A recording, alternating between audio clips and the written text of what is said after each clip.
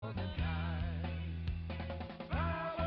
when we stand and fight together. There is power when we organize. You're listening to The Rick Smith Show. For more information, go to thericksmithshow.com. If you've missed any portion of the program, you can download the podcast at thericksmithshow.com. You're listening to WIN, Workers Independent News, a diversified media enterprises production.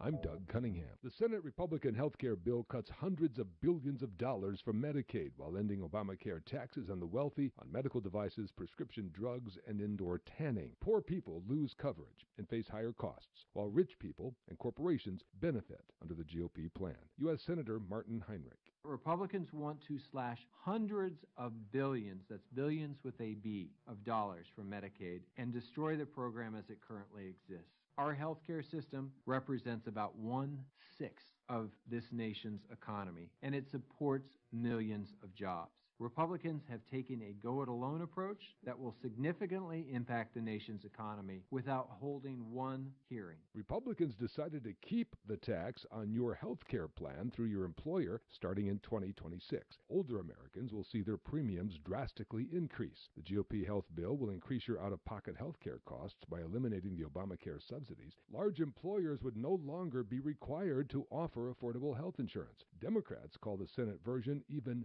meaner than the House version. Bottom line is that under the Republican health care bill, tens of millions of people will lose coverage so that tax cuts can be given to the rich. Costs will go way up for the most vulnerable, like older Americans, and some people with pre-existing conditions, and health insurance coverage standards will be degraded. Compared to Obamacare, Americans will get less coverage at a higher cost. No contract, no heat. No contract, no heat. No contract, no heat. 14,000 UPTE CWA members negotiating a new labor contract with the University of California say the university is attacking their pensions. Yelger Kallman is president of UPTE CWA. They are trying to undermine our defined benefit plan by having all new employees opt out of it and just receive a retirement savings plan. In essence, they're having Wall Street steal about half the pension savings for those new employees because it'll be put into a savings plan, which yields about half the result once you actually retire. UPT-CWA considers that effort to just arbitrarily end the pensions to be bad faith bargaining. Kallman says his members do important research, and this battle with the University of California system is about much more than just pensions and benefits for these university workers. What we're doing when we're bargaining, it's not only about $1 for me or a pension for me. This is about really the framework of public service and how we're going to be able to provide public service for our citizens, in our case in California. You want to find cures to cancer? You got to keep cancer researchers employed. You got to provide the conditions under which they can actually stay and afford to live where they work. That's what this is about. You've been listening to WIN, Workers Independent News. For more information, visit workersindependentnews.com. It's time for the Rick Smith Show. I want you to get up now. I want all of you to get up out of your chairs. I want you to get up right now and go to the window, open it, and stick your head out and yell, "I'm as mad as hell, and I'm not going to take this anymore!" I don't want to abolish government. I simply want to reduce it to the size where I could drag it into the bathroom and drown it in the bathtub. You bet I cut the taxes at the top. How dare you? How dare you? Go ahead. Make my day. The Rick Smith Show starts now.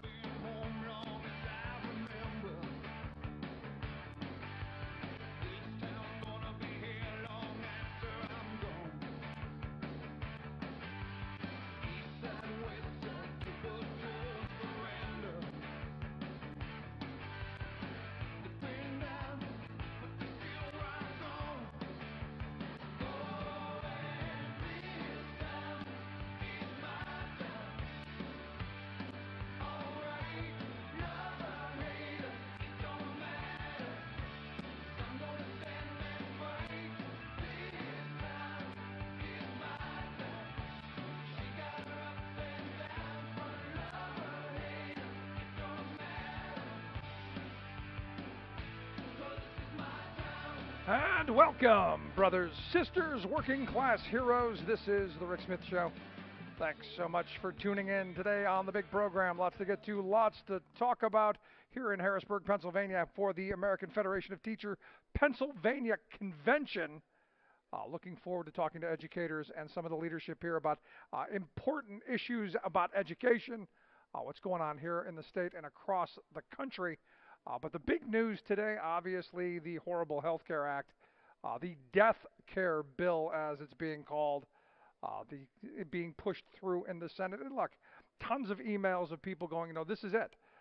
The one opportunity that I had to put to get my children health care, to get the family health care, is now being stripped away so that we can give massive tax breaks to the handful at the very top. And again, if for my Tea Party friends, and I go back to this often, you want to talk about redistribution of wealth, you want to talk about, hey, you're stealing from me to give to someone else.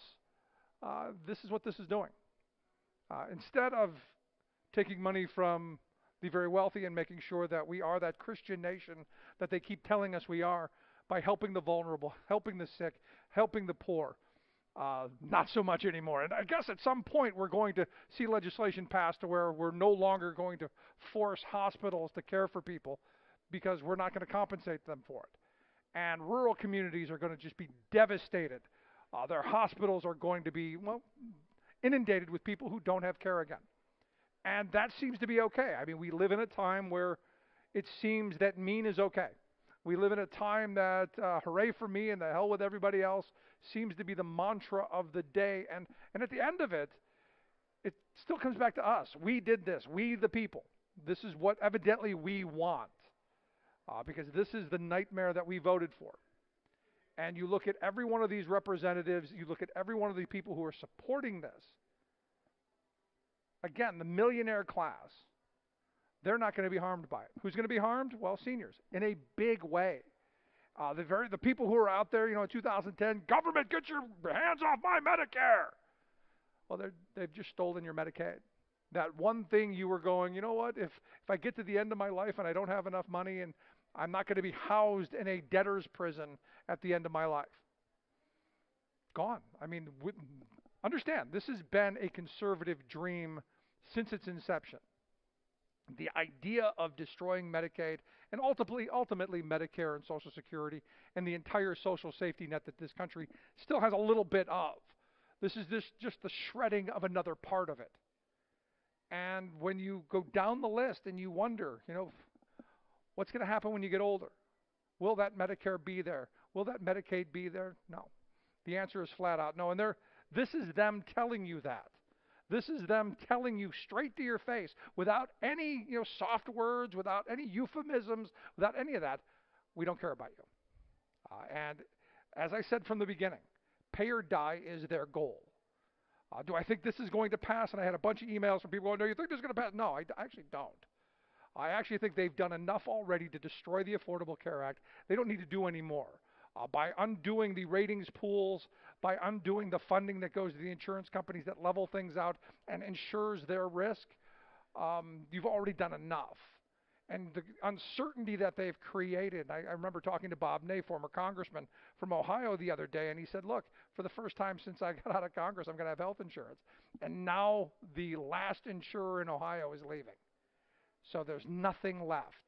And that is not because the Affordable Care Act was set up in a way that it would fail. It's because the Republicans have done everything in their power to ensure that it fails. You go back to 2010 when we were talking about, this is okay, it's a good start. How do we improve it? There were never allowed to be any improvements. There was no tweaking done over the period. What it started off with is what it is. And I said from the beginning, the idea is like Medicare back in the 60s, we started off with it, and it got better. We tweaked it. We, the people, said we want it. We fought for it. We pushed for better benefits. And now you try and take Medicare away from a senior, and they'll beat you with their cane. And the sad reality is and maybe this is a good thing. Maybe the popularity, because look, the ACA has never been more popular. Because now people are going, oh, what? You're going to take this away from me? What little I have, you're going to take? And the answer is yes. Now, Trump ran on the idea that we're going to take it away, we're going to repeal it, because we're going to repeal it in place, and we're going to replace it with something tremendous, something amazing. It's going to cover everybody except those 23 million. We missed that caveat piece of the except the 23 million. And even yesterday, Donald Trump tweets out, I'm very supportive of the Senate #healthcare bill. Look forward to making it really special. Remember, Obamacare is dead because they've killed it. Now, again, when I look at that tweet, the word special jumps out at me. Not quite sure what special means. Special for whom? I'm sure it's not the 23 million people who are going to go uninsured and the upwards of 55,000 people who are going to die next year because they don't have it. And I'm not being hyperbolic. At the end of the day, if you don't have insurance in this country, if you don't have access to continual care, you will die earlier than you should have. And again, it comes back down to income. It comes back down to what jobs you've had. All of this. And what you've got right now is a Senate who's pushing this House bill that's saying, you know what, 23 million, don't care. And do you know who those 23 million people are? They're not the poor, because they're still going to get what's left of Medicaid. It's those low-income working people, the people who get up every day, punch the clock, work hard, play by the rules, and now going to end up backwards. So I'm interested in your thoughts. You can email me, rick@thericksmithshow.com. This is just horrible. How is a repeal going to harm you, especially when you look at the fact that it's cutting Medicaid? The CHIP program's under attack, programs for the poor, programs for veterans, programs for the disabled. And the pictures that grabbed me yesterday, and I'm interested if it grabbed you as well, are the people in the wheelchairs who they had handcuffed with the zip ties sitting in a room in wheelchairs. It's not like they're going to get up and run off. And they handcuffed these people because they were protesting, saying, if you take this from us, we will die. And I go back to, a couple of, the times here in Pennsylvania where the ADAPT people came out. And they're saying, look, if they're going to kill us, they're going to have to kill us in public. They're going to have to kill us in full view of everyone. Is that the country we've become? Curious your thoughts. Going to take a quick break. When we come back here from Harrisburg, Pennsylvania, the Hilton, the American Federation of Teacher Pennsylvania Convention. I'll be joined by Ted Kirsch. He's the president of AFTPA. Quick break. Right back after this. Stick around. You're listening to The Rick Smith Show. We're working people. Come to talk.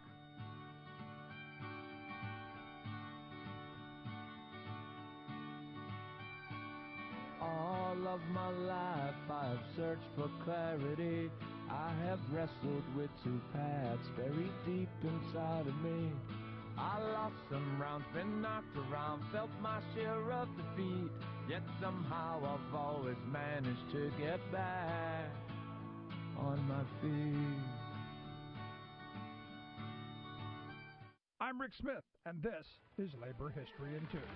On this day in labor history, the year was 1947. That was the day that many labor historians mark as the beginning of a long decline of the U.S. labor movement. The United States Congress passed the Taft-Hartley Act. The bill was named after Republican Senator Robert A. Taft from Ohio. The son of President William Howard Taft, the senator had been a staunch opponent of President Roosevelt's New Deal policies. He continued his anti-working class efforts with a new bill aimed to curb the power of unions. He found an ally in Representative Fred Hartley, a Republican congressman from New Jersey. After World War II, a wave of strikes washed over the nation. Most labor unions had agreed not to go on strike during the war, but frustrations over wages and working conditions mounted. In the years after the conflict ended, 5 million workers walked the picket lines. 1 in 4 private sector workers was a union member. Labor was on the march. The congressional Republicans passed the Taft-Hartley Act in response. The bill ushered in limits on the right to strike. It also began the era of so-called right to work, allowing states to pass laws making it more difficult for unions to collect dues and represent workers. The new law also required union leaders to sign affidavits that they were not communists. bringing the Red Scare to the House of Labor. A massive rally at Madison Square Garden in New York City asked President Truman to veto the slave labor bill. President Truman did veto the bill, but Congress overrode his veto. Today, only 12% of workers are in unions. 26 states are so-called right-to-work states, to the great detriment of workers' living standards and their health and safety. Labor History in 2 brought to you by the Illinois Labor History Society and The Rick Smith Show. Chances are, when you took a shower this morning, an AFSCME member made sure that water was clean. When you drove to work, an AFSCME member maintained the road. When you rode an elevator, an AFSCME member inspected it. I'm David Philman, Executive Director of AFSCME Council 13, the American Federation of State, County, and Municipal Employees. AFSCME members enforce regulations, keep prisoners behind bars, take care of patients, protect the environment, and more. The work isn't glamorous, the salaries aren't high, but AFSCME members serve the public in every aspect of our daily lives. Chances are, you'll never see that AFSCME member working in a sewage plant, diving underwater to repair a bridge, or answering a 911 call. But aren't you glad they do? For more information, visit AFSCME13.org. We are AFSCME. We make Pennsylvania happy!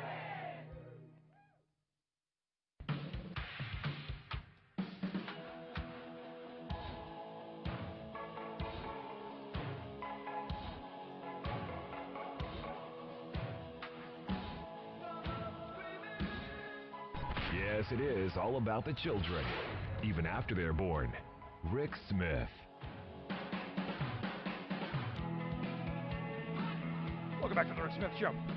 Check out the website, thericksmithshow.com. Questions, comments, something on your mind, you can give me shoot me an email, rick at thericksmithshow.com. If you missed any portion of the program, the podcast right there as well. And I echo Representative Clark from Massachusetts' sentiment about Betsy DeVos.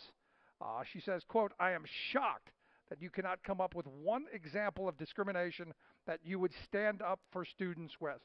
And, here, what she was talking about is, in Indiana, there is a charter school that in their written rules says that they're going to discriminate against a child who their parents may be bisexual, homosexual, LBGT, whatever. Someone in the household, someone in the family could be, and still the child would be sent away. And you go, even then she won't pursue it? Scary, scary times. And I would argue she's probably one of the better cabinet members in the Trump administration.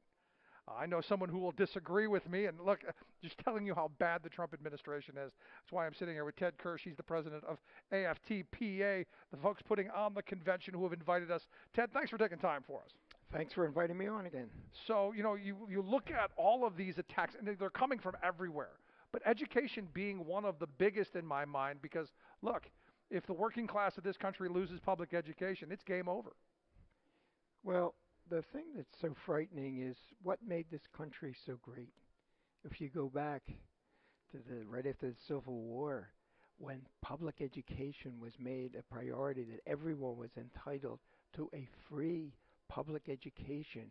And now we have all these people trying to destroy public education, take away the opportunities that so many of us have had. How many of us would have had an opportunity to go to college and be successful in our chosen fields if it was not for the fact that we had a public education to give us a head start? And now I get thrown at me an awful lot, Ted, that this was an idea of AFT president, former President Albert Shanker. This was one of the charter school idea was an AFT invention. So the AFT should be all in favor, right? We should be in favor of privatizing and all of this, right? That's not what Albert Shanker said. All right. They've taken and misused and misquoted Shanker. Shanker's concept of the charter school movement was to put together a group of teachers and let them plan. Let them come up with ideas from people in the classroom of how to improve public education. Teachers, okay. Teachers. So not MBAs, because I'm starting to see this pattern here.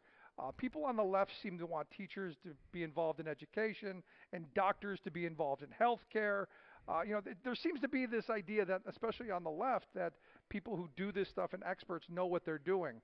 As where on the right it seems like it's all about the money and we need bean counters to make sure how we profit from it. Or am I missing something? Am I off base? No, you're not. It's the other people who are off base and missing something. My two oldest grandchildren live in New York City. And so when it was time for the selection of what school they were going to go to, my daughter sent out an SOS, come, you've got to go check out these schools and tell me where I should send your granddaughter.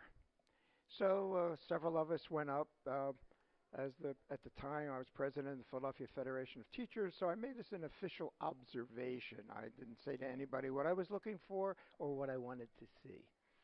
And so the first school that my friends from the United Federation of Teachers in New York took me to was a school that was closed down. And they then put together a group of teachers. And they said, if you were to create a school, what would you do? How would you create it? And that was what was called the New School in New York City. And so as I walked through the school and my trained education background, I looked at things that probably most people wouldn't look at. What's on the bulletin board? Was the teacher standing in front of the classroom? Were there small groups of children sitting and having discussions by themselves? It was an amazing sight to see. And I'll never forget, at one point, a group of fifth graders were sitting and having a discussion, 4 or 5 of them. And I'll never forget one young man saying to his friends, I think this author has the wrong genre. And what? When's the last time I even heard that word used? And here's a fifth grader talking about it. It was a sight to behold. That school is tremendously successful. And they continue to send their students to the next level and to the next higher level. That's what the charter school movement was to be like, to give teachers an opportunity to be creative, to come up with ideas from their experiences. And I'll never forget that the observation that I made and what I was looking at with my trained eye as a teacher, as opposed to what other people may have seen there. And so that's the true idea of public education. That's what Albert Shanker was talking about. Yeah. Not privatization, not making money, not misusing. And if you just look, Philadelphia this week, 2 of the schools were being closed down, misuse of funds. Another charter school fired a whole group of employees because they had the audacity to say they wanted a union to represent them. People aren't looking at what's really going on, rather than the rhetoric of Miss Betsy and her colleagues as the salvation of education, which has proven not to be successful when you really look at the facts. Yeah, well, it depends. I look at that, and I look at billionaire Betsy and her ilk. It's really not about education. It's about ideology. It's about purity. And I use that word specifically because you have this idea that this is and I hate this kind of narrow-minded thinking, but we only want our kind and our thought process. And one of the things I think public education does is it broadens and expands people's horizons. It gives you the opportunity to experience different things and to become a well-rounded human being and not just someone who regurgitates facts. Well, I hope that her term is short-lived because I'm not sure that we're going to be able to survive what's happening in Washington and it's not just her, it's this whole philosophy. And I look at it, and I was listening to your opening remarks and talked about the health care, but I look at it from a much broader perspective. I see the decline and demise of democracy. When you really look at it, there's no discussion, there's no dissent permitted, no other opinions permitted. The lies that go on as though they're facts, and to attack the media. I find this fascinating because I saw a recent program on the Nixon administration in the last days of Watergate, and it's exactly what Nixon did, attacking the press. They were out after me, the paranoia that came out. Well, our president now brought his paranoia with him. It wasn't something that developed in office. He had it beforehand, and Right. It's just this fascination that people have with this character, and he is a character. Well, we saw him on TV, so he must be all right, right? He was entertaining, and that's the scary thing to me. And the more you see every day, the Toronto Star just released a report the other day that said that every day that he's been in office, there has been at least 2.1 things that he said that is false. They're not saying that he's lying, but they're saying that it's just blatantly false. And you go, well, is it that he's stupid or that he lies? And the question is, does it matter? Is this the guy you want representing us on the world stage? I mean, he went overseas and he was every bit the ugly American.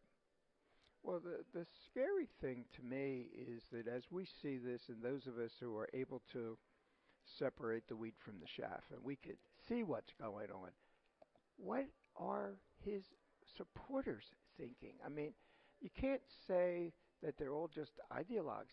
Can't they see for themselves and able to discern what's really going on? Sure, people were unhappy that there were problems in terms of jobs and opportunities and the whole economy. I understand that. But now look what's happening. And they don't seem to be saying, well, I believed what he said, even if he couldn't do it, but now I see him in a different light. They're sticking with the program. And that's scary. That's frightening to me. Wasn't that just basic human nature? You don't like to admit that you were wrong. I mean, I have tons of friends who, you could, right here, you were wrong. Admit it. Just say, I was wrong. And it's a human thing where we almost can't do it. Well, I have a friend, I hate to say this, who's retired and addicted to Fox. And I've questioned him, and I know enough not to get too deep in conversation. But I always say, well, why is it that you only watch Fox? And his response to me, and I know he's sincere when he says it, because they tell the truth. And how do you retort to a comment like that? How do you try to explain manipulation of news, a point of view that's being propagated? It's really frightening, and I've seen some studies that there are so many people addicted, and I use the word addicted. Yes. They've lost their thought process of their own, and that really frightens me. But doesn't that come back to education? I mean, I like to think that I'm somewhat educated, and I do watch Fox occasionally, and I watch CNN occasionally. I watch some of the ABC, NBC. I consume as much as I can to get different perspectives. And I think education is the important part of that you do take in all of these different sources, and you do evaluate different sources, and you take out, hopefully through a filter process, and evaluate what is reality, what is fake, and what is just common sense. Well, my friend is an educated person and has advanced education degrees. And I still am trying to figure out what's happened. How does this... I'm at a loss for words because I see it, and I see some of his friends, and I just know enough not to engage in conversation because it's a one-way street. You're not going to convince. You're not going to be logical. I give up on that. But it's so widespread that it just frightens me that what can happen to this country, that this is not a small minority, small, if you will, Tea Party, small political... These weren't just a handful of kooks. Yeah, this is growing and frightening to me. Well, because they're inundated with it, and with having so much media choice. Do you think having so much media choice has created this kind of environment where people only seek out things that they absolutely agree with, things that solidify their worldview? I think so. And then when you look at the various programs, the various networks, they're all trying to be fair so that they will have 3 or 4 people who agree with their philosophy, but they'll always try to have that other person with a different perspective or a different point of view, to the point at which times it's almost absurd. I sit and I listen, and as you do, I do try to watch all the different stations and get to see what's the other side saying and what are their viewpoints. But I sometimes look and say, does he really believe what he's saying? Especially the guy from Pennsylvania with the white hair. I don't remember his name. But I don't believe that he says what he says. But he's an ideologue. And that's the scary part of what frightens me about the threat to democracy. What frightens me is, having known a lot of these Washington insider people, over the years. I don't even know that they believe what they say half the time. It's turned into this idea of political theater and team sport that's created this environment that's it's really very scary to me. And again, I bring it back to the education component because, I remember, and good on him, I had a teacher in I guess I was in 10th grade. Mr. Zudi had American Life Today, and I'll never forget it. It was one of these classes that he had developed, and again, the school district gave him the ability to design a curriculum of a sociology class that he wanted to teach, and it looked at the messaging going on in American life at that time, and it got me thinking, and I think a lot of us in that class, critically of the news that we consume and the messages that we saw. And so I think that one class in and of itself, along with the government and the civics courses that I took, got me thinking a little bit differently. And I think if we can, build on that, every kid in this country should have civics. We should have government classes. It should be mandatory. I think back when I was in high school, and there were three major networks: NBC, ABC, CBS, and that was your news. And it was reported. It wasn't discussed. It wasn't analyzed. It wasn't trying to convince everyone. Yeah, but we read newspapers back then. What's that? I'm old-fashioned. I still read the newspapers. I'm online. I get all these messages constantly. I still like my first job. My first job, 8 years old, delivering the Cleveland Press.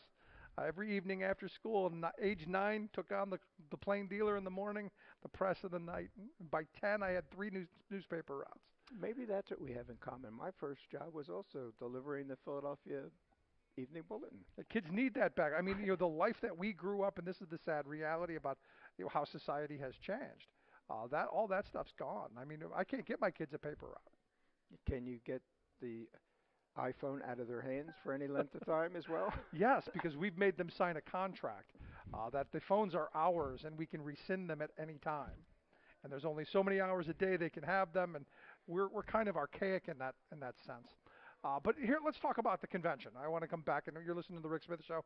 We're here at the AFT Pennsylvania Convention here in Harrisburg, Pennsylvania. I'm sitting here with Ed Kirsch. He's the president of AFT Pennsylvania. If you want to check out their website, we'll get a link at thericksmithshow.com. So tell me, what's this about? What are you doing? What's the point? What's the goal? What are we doing? Well, the theme is Focus on Pennsylvania. And our first speaker this evening is Governor Wolf. Tomorrow we have Senator Casey speaking to us, as well as the Secretary of Education, Pedro Rivera, who, in case your listeners don't know it, once upon a time was a member of my staff in Philadelphia as a union staffer, who has come from the classroom, understands the classroom, understands the labor movement, which is unusual today for someone in a public position. Right. Focus on Pennsylvania is to try to set this state back on the right track. This is our opportunity for our delegates representing various job opportunities from higher education, paraprofessionals. It's not just teachers. And focusing on where do we go from here in terms of legislation, elections. We have to refocus on how we go forward. And this is our opportunity to have opinions, resolutions from different aspects of the issues that we'll be dealing with to help set us back on the right track for Pennsylvania. Statistically, we are so low. What are we? Next to last in education spending? Yep. I was social... That's because we're broke, Ted. We don't have any money for those kids. Get them jobs. Put them back in the mines, Ted. Come on. I'm speechless on that one. I mean, isn't that the thought process? Isn't this what we... Yeah. Newt Gingrich said we should have them cleaning the bathrooms. Fire those union janitors. Get those kids back in there cleaning toilets. What's going to happen to the immigrants who come in that look for those jobs? We're going to get rid of them too?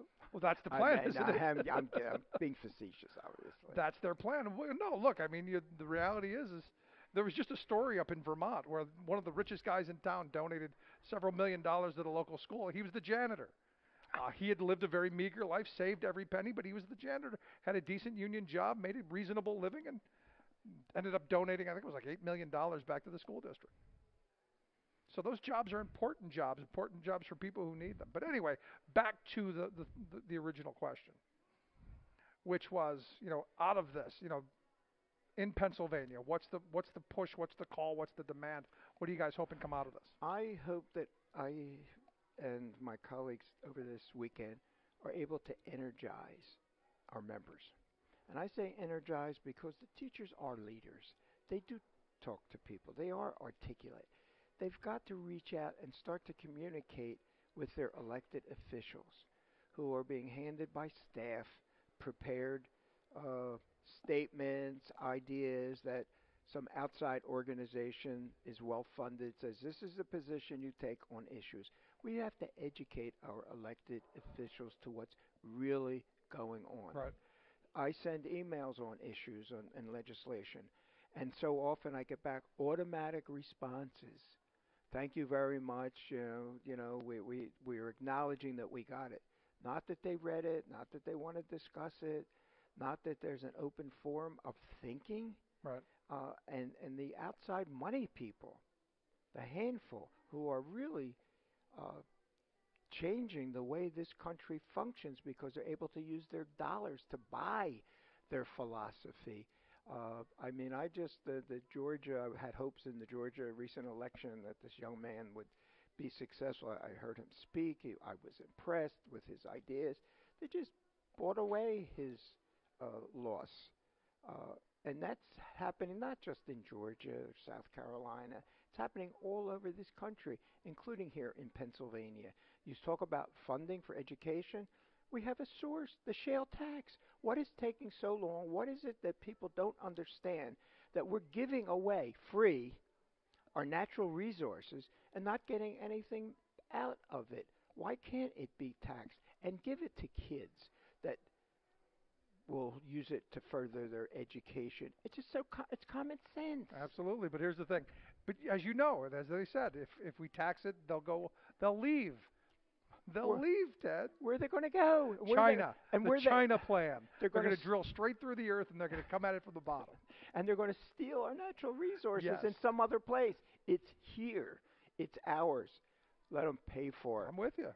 But we evidently can't do that. And the scary thing, and the reason I'm glad to hear we're energizing the membership, we're getting people involved, because 2018 is a huge year in this state, because if Governor Wolf loses, the 33rd governorship goes to a Republican, there could be a constitutional convention that changed the national constitution, not to mention all of the horrible stuff that would happen here. Right to work would happen so fast it would make Kentucky have whiplash going, wow, that was fast. All of the horrible legislation, education would be over. It'd be all privatized. That's the reality of 2018. And we understand it. And that's why this year we have to start to prepare for next year. Can't wait until it's too late that people are going to wake up. How did this happen? I thought she was going to win. How did this guy, this clown, if you will? You didn't vote. That's right. I didn't vote. I've got a bunch of friends like that. Ted, I wish you nothing but the best on the convention. I wish you nothing but the best going forward and how we move this up. I'd love to have you come back and talk with us again real soon. Thanks so much. Thanks for having me on again. Always great talk with our good friend Ted Kirsch, president of AFT Pennsylvania. Quick break here from the Harrisburg Hilton in Harrisburg, Pennsylvania. Right back after this. Stick around. You're listening to The Rick Smith Show. We're working people. Come to talk.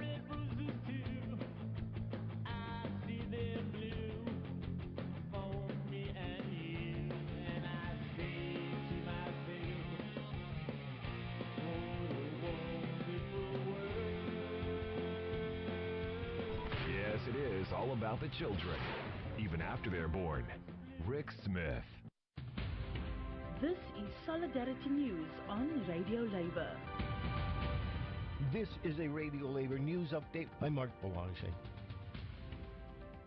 On Friday, June 23rd, thousands of public sector workers and their supporters will be demonstrating in every major European city. They are demanding wage increases after years of fiscal austerity programs implemented by their governments. I talked to Jan William Houdrian about the planned demonstrations. Mr. Houdrian is the General Secretary of the European Public Service Union. EPSU represents 8 million union members throughout Europe. I asked him why the demonstrations were being organized. There's a recognition that public service workers in Europe deserve an increase in their pay. Just as a little background to remind ourselves that since the financial crisis in 2008, public service workers in Europe suffered pay cuts, pay freezes, and for some workers that were pay freezes for as much as 6, 7, or even 8 years, like childcare workers in Hungary. And slowly we see a return to bargaining, but to remind us that in 19 countries these pay freezes have taken place, affecting over 20 million public service workers. So that's why this year on Public Service Day we want to highlight that it's crucial that Europe's public service workers get a pay increase and deserve better pay. We see that in many countries this is now returning. For example, in Central and Eastern European countries like the Czech Republic, Slovakia, Romania, Bulgaria, especially for health and social service workers. Many of these workers have also migrated to other European countries in the hope of better pay, and that has had a severe impact on their health systems. But in many other countries, public service pay is still under great pressure. It's about a month ago that our colleagues in Greece organized another strike for public service workers. They are still facing austerity, and the Troika, or the so-called Troika, is demanding ever more austerity of our colleagues there. But also in the UK, on the 23rd, there will be actions in the public sector. Pay offers are very limited and very much below inflation, and hence workers are losing year on year much in purchasing power. Colleagues in the UK have calculated that it's about 4,000 euros per year, and similar figures exist for Italy and France. In countries like Portugal and Spain, pay has been 9 or 15% worse below purchasing power, and in Greece that goes up to 40%. That's just one of the indicators, one of the effects of the austerity crisis on public service workers. Other effects include, of course, an increase in precarious employment, longer working time, and so on. The world is losing trillions of dollars by not allowing women the opportunity to gain paid employment. C. Marie Ainsborough reports. The fact that fewer women than men are participating in the global workforce is costing the world trillions of dollars. Currently, about 49% of women are in the workforce, compared to 71% of men. A new study by the International Labour Organization shows that increasing employment opportunities and supports for women would boost global employment by 189 million. It estimates that $5.8 trillion would be added to the global economy if the participation gap between women and men was decreased by 25%. The ILO is the United Nations agency which focuses on matters of work in the world. The ILO study shows that fewer than 50% of women are participating in the workforce, but 70% of them want paid jobs. This gap shows that women experience significant barriers in becoming employed. These barriers include discrimination against women, lack of educational opportunities, unpaid care responsibilities in the home, and marital status. Cultural norms concerning gender roles are also a major factor. The report calls for measures to improve equality in labor conditions and reshape gender roles. These include promoting equal pay for work of equal value and erasing violence and harassment against women and men in the world of work. This is C. Marie Ainsborough reporting for Radio Labor. And that's it. International labor news you can use. Thank you for listening. And remember, it's all about global solidarity.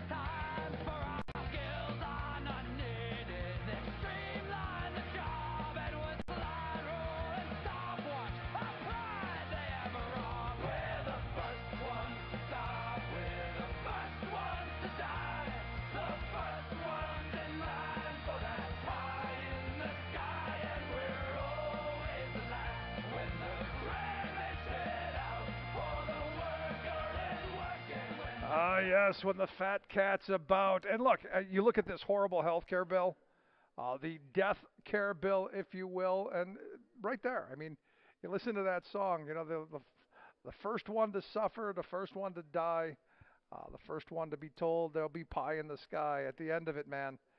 That's what we're getting. And here's the interesting thing, though. If you look at polls and a new NBC Wall Street Journal poll just out saying that now 50% of Americans say they want Democrats back in control of Congress. And I go, make up your minds already. 50 to 42 was the polling number. This is the highest that it's been since 2008, and it's it's the largest lead either party has held since the generic ballot question in this poll since 2013, and the first time a party has reached 50%. And I've been saying, look, the Republicans have overreached here. They're showing their true colors, and what I've been saying for years. This is who they are. So are we surprised when they say, yeah, this is who we are? Does that shock us somehow? And the hope is that we wake up and go, oh, holy wow, they actually mean what they say. They actually don't care 23 million people are going to be left uninsured. If it were up to them, if they didn't have to deal with the moderates or the T-twits, it'd have been 24 million. And if they didn't have to deal with a conscience, what's left of that conscience, it'd be back to 50 million. Because remember, before the ACA, and again, you got to go back to 2008, where we had 55 plus million people uninsured. And, I know the right-wing argument. I get it all the time. No one's really uninsured, Rick. You just go to the hospital, and they have to take care of you. And that's true to a point. They did have to take care of you. They couldn't let you die right there. But as soon as they stabilized you, and you weren't going to die at that moment, they sent you packing. And there were tons of stories, the most famous, if you will, coming out of California, where they were literally taking people from the hospital and dropping them on Skid Row. And there was one reporter who, took a camera and walked down the one alley, and all of these people in hospital gowns. And why are they in hospital gowns? Because they got checked out of the hospital. And it's one of those things that's just absolutely insane. Just nuts. But this is what they've done. And again, not surprising. Not surprising to me at all. The question is what are we going to do about it? What are we calling our representatives? Are we angry about this? I know I'm ticked off about it. So much, and again, to highlight what Ted Kirsch said earlier, so much is living in this little bubble of our team and our guy won. So much of this is, our ideology. And to highlight that a little bit, I get people saying, well, the union guys voted for Donald Trump because he's a job creator. He's a job saver. He saved those 700 jobs in Indiana. Single-handedly, he did that. Well, the report just came out, and again, I talked about this a couple of weeks ago, that they were moving jobs to Mexico, and they were automating some more out of existence. So some were going to be lost, but the mass were going to be automated because, hey, we gave them the money. Nice job. So the state of Indiana gives them a nice check. They get to automate those jobs. The people still lost their jobs, but it was just going to be automation, not to Mexico. Now, evidently, those 700 quote-unquote saved jobs, guess where they're going? I'll give you one guess. Yeah, that's it, Mexico. They've now decided that, we're still going to Mexico. We're still going to push for this. Sorry, tough, is what it is. Evidently, they're going to begin immediately, and by Christmas should be all done, gone, all of that. Now, again, you may remember, there was a big to-do. You had Trump, you had Pence, you had cameras. It was great. We're saving these American jobs. Now, again, the state of Indiana gave them $7 million to upgrade their and automate. And they got the money. Now, my big question is, does the state of Indiana get that money back? Do the taxpayers get their money back? And the answer is generally no. because we don't claw that back. And, one of these schemes after scheme, we keep getting this nonsense shoved down our throats. And until we wake up and say, at some point we've got to either stop this, which I advocate for. I advocate most certainly for stopping the beggar thy neighbor economic development schemes that have been just raping the coffers. I mean, think about what we do. They gave $7 million to Carrier in Indiana in the hopes of saving those 700 jobs, which now we know has not happened. And where did that $7 million come from? Well, it came from a bunch of places. Came from children's mouths. Came from education. Came from infrastructure. They've got a turnpike that they privatized that is in horrible shape. And guess what? The privatizers aren't going to fix it.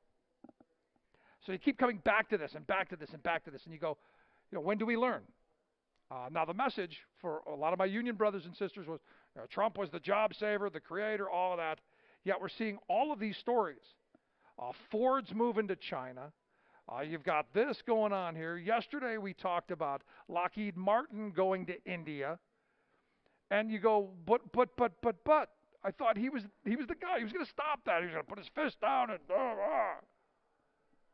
it's all a game, man. It's all political theater. And when they tell you who they are, and again, the health care bill tells you who they are, tells you what they believe, do we learn? I mean, honestly, do we learn from this? The answer is no. That's all I can come up with. The answer is no, and maybe we need that next painful collapse that comes when we give the wealth class more than they need, more than they could ever possibly use, just to fill their insatiable appetite for more, while we kick $23 million off of insurance. We take health insurance from children. We take food off their plate. We shut down schools. We allow our infrastructure to crumble. But at least we've got the richest billionaire class in history. At least we've got that. In fact, we've got more billionaires than we need. In fact, I should lead a campaign to expand the Forbes 400 to the Forbes 535. And if we work really hard, we can expand it to the Forbes 600. Maybe we can just kick those kids out of school completely, put them back in the mines and the mills. Oh, wait, we'd have to ship them to India and China for that. There's a plan, travel plan. Love to hear your thoughts. You can email me, rick@thericksmithshow.com. Quick break back here from AFTPA's convention in Harrisburg, Pennsylvania. Back after this.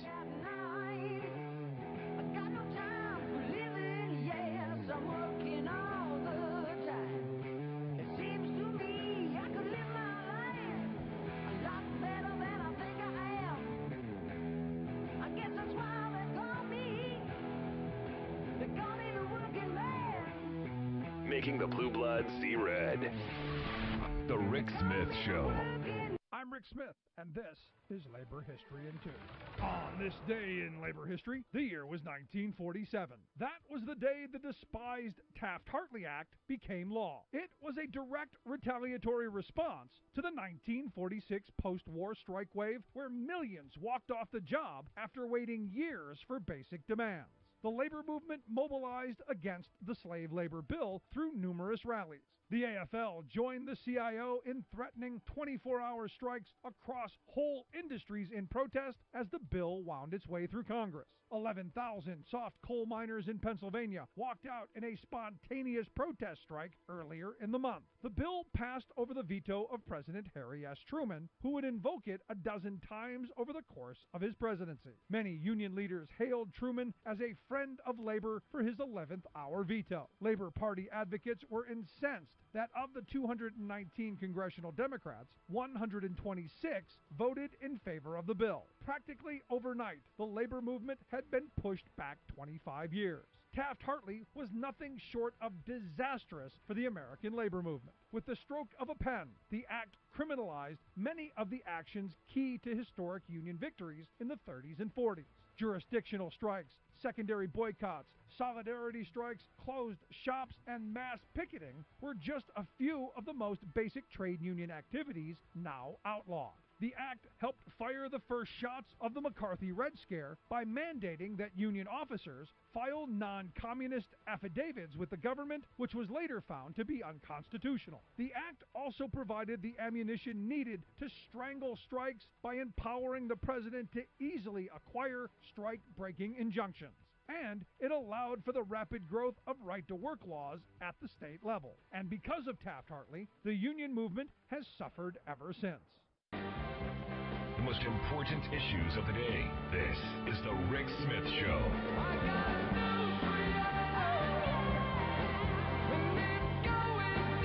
Welcome back to The Rick Smith Show. Check out the website, thericksmithshow.com. Tony sent me an email. He writes, Senate death bill. Rick, I've been reading bits and pieces from the Senate death care bill. The R's don't even try to hide the fact that their cuts will screw nearly all Americans to fund tax breaks to the 1%. He writes, these rich SOBs already more money than they can spend in 5,000 lifetimes. They don't need one more penny. He says, I emailed and called Senator Toomey to not vote for this piece of trash. Not sure if it will help. Well, I'm not sure it'll help either, since he was one of the 13 rich white guys in the room crafting this piece of legislation.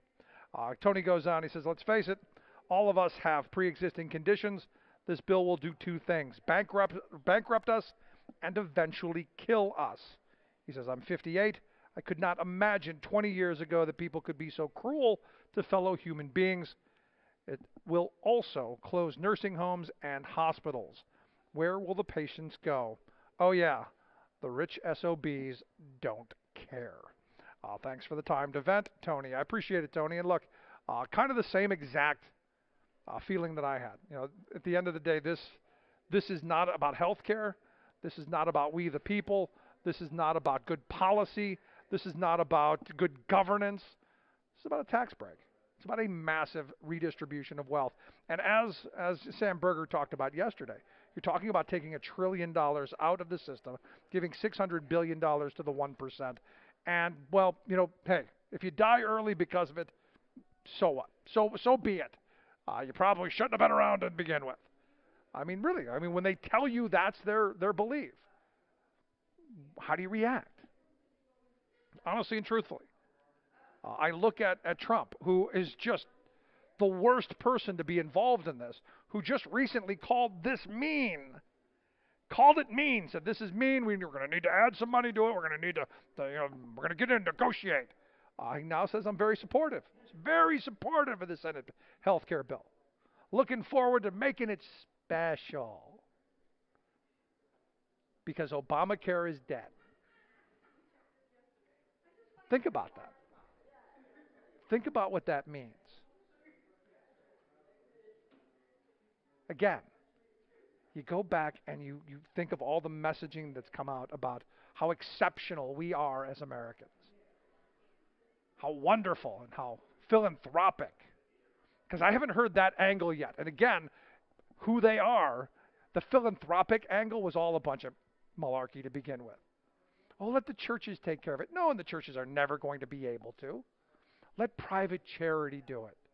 Knowing that there's no way that was ever going to happen. Because we know most of these philanthropic groups, most of these charities, especially the Trumps and the others, when a billionaire puts his name on one of these things, it's usually a tax dodge.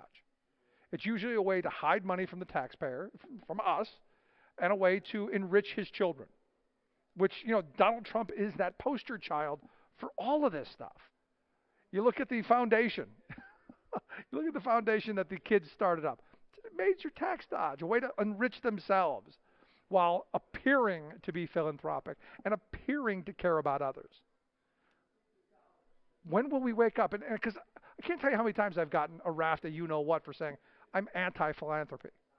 I'm against the idea of charity. There are things we should be doing. Instead of giving tax credits to rich people to be taking care of us, we should be going, you know what? We're going to do it for ourselves. We're going to end the tax loopholes. You're going to pay your taxes. We're going to use that money. We're going to make sure that homelessness, especially for veterans, is gone. It's done. We don't allow it. At some point, we have to wake up to that. Because, sorry, as much as the good-hearted volunteers and all of that, it's not enough. It's never going to be enough. So Rick at the ricksmithshow.com, because I'm sure there's going to be people again telling me how much I am wrong on the charity thing, how much I'm wrong on the giving money to churches and writing it off on your taxes. And I'm not against people giving money to churches. If you need to, go ahead. I just don't think it should be tax deductible. So it's Rick at the ricksmithshow.com. Slam me if you must. Quick break. Right back with hour 2. Stick around. This is the Rick Smith Show. We're working people. Come to talk.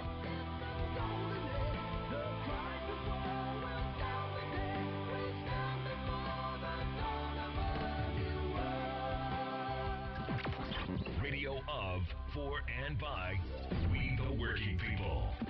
The Rick Smith Show. You're listening to The Rick Smith Show. For more information, go to thericksmithshow.com. If you've missed any portion of the program, you can download the podcast at thericksmithshow.com. You're listening to The Rick Smith Show. For more information, go to thericksmithshow.com. If you've missed any portion of the program. You're listening to WIN, Workers Independent News, a diversified media enterprises production. I'm Doug Cunningham. The Senate Republican health care bill cuts hundreds of billions of dollars from Medicaid while ending Obamacare taxes on the wealthy, on medical devices, prescription drugs, and indoor tanning. Poor people lose coverage and face higher costs, while rich people and corporations benefit under the GOP plan. U.S. Senator Martin Heinrich. Republicans want to slash hundreds of billions, that's billions with a B, of dollars from Medicaid and destroy the program as it currently exists. Our healthcare system represents about 1/6 of this nation's economy, and it supports millions of jobs. Republicans have taken a go-it-alone approach that will significantly impact the nation's economy without holding one hearing. Republicans decided to keep the tax on your health care plan through your employer starting in 2026. Older Americans will see their premiums drastically increase. The GOP health bill will increase your out-of-pocket health care costs by eliminating the Obamacare subsidies. Large employers would no longer be required to offer affordable health insurance. Democrats call the Senate version even meaner than the House version. Bottom line is that under the Republican health care bill, tens of millions of people will lose coverage so that tax cuts can be given to the rich. Costs will go way up for the most vulnerable, like older Americans, and some people with pre-existing conditions, and health insurance coverage standards will be degraded. Compared to Obamacare, Americans will get less coverage at a higher cost. No contract, no heat. No contract, no heat. No contract, no heat. 14,000 UPTE CWA members negotiating a new labor contract with the University of California say the university is attacking their pensions. Yelger Kallman is president of UPTE CWA. They are trying to undermine our defined benefit plan by having all new employees opt out of it and just receive a retirement savings plan. In essence, they're having Wall Street steal about half the pension savings for those new employees because it'll be put into a savings plan, which yields about half the result once you actually retire.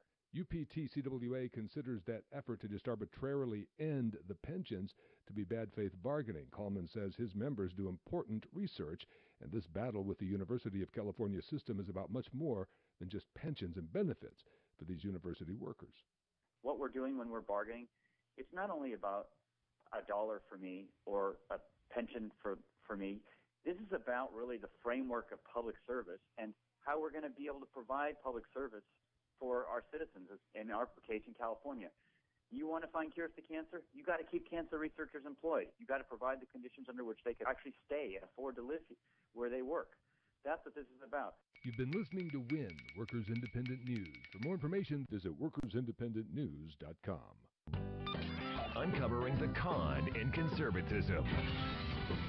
Rick Smith. Well, I know that somewhere down inside they're just feeling small and scared, and they need to know that someone out there cares.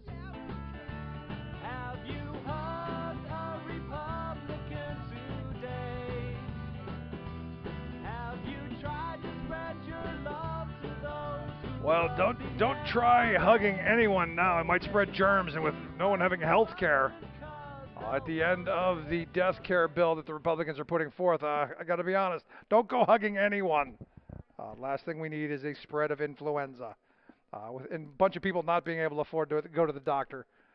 Sad, sad stuff. Welcome back to the Rick Smith Show. Check out our website, thericksmithshow.com. We're here in Harrisburg, Pennsylvania, the AFT Pennsylvania Convention. Grabbing some of the people here in the convention hall. And I'm sitting here with Barbara Supinka. She's an AFT staff rep, one of the folks here for the big convention. Barbara, thanks for taking time for us. Sure, no problem, Rick. So, what brings you out to this thing? Why is this important? Well, obviously, being a staff employee, a union employee, I'm here, but I would be here regardless. For years, I taught full-time in the city of Pittsburgh, and I was an officer in our local union, so the conventions were part of our responsibility and our life, quite frankly. So you're a union thug is what you're telling me. I guess that's what they call me. And you look you look nice. I mean, you're not someone that I'm not too thuggy. I'm a thuggette. I wouldn't cross the street if I saw you coming. Well, I have to tell you, part of my job is negotiating contracts. So, and they do cross the street. They leave the room. They do a number of things. So, I'm used to it. But you're the evil representative of the evil teachers. Of course, you were a teacher as well. Right. How in your lifetime, and this has happened in your career, where you went from someone who was respected, someone who the community thought very highly of, parents thought very highly of, to now you're the evil teachers. You know, I have to be fair about that. You're correct, I think, as a general attitude. But I have a number of districts that I represent, and I work with the teachers, and it really is based on the districts. There are partnerships, labor management partnerships, but they're getting a little more rare, in terms of when we solve problems, etc. And then other ones, like I said, you're probably right. They really don't want to hear what the teachers have to say, what the union has to say. But it is district by district. I think that over the years, one of the issues that we had talked about was vouchers, and it's kind of resurfacing again.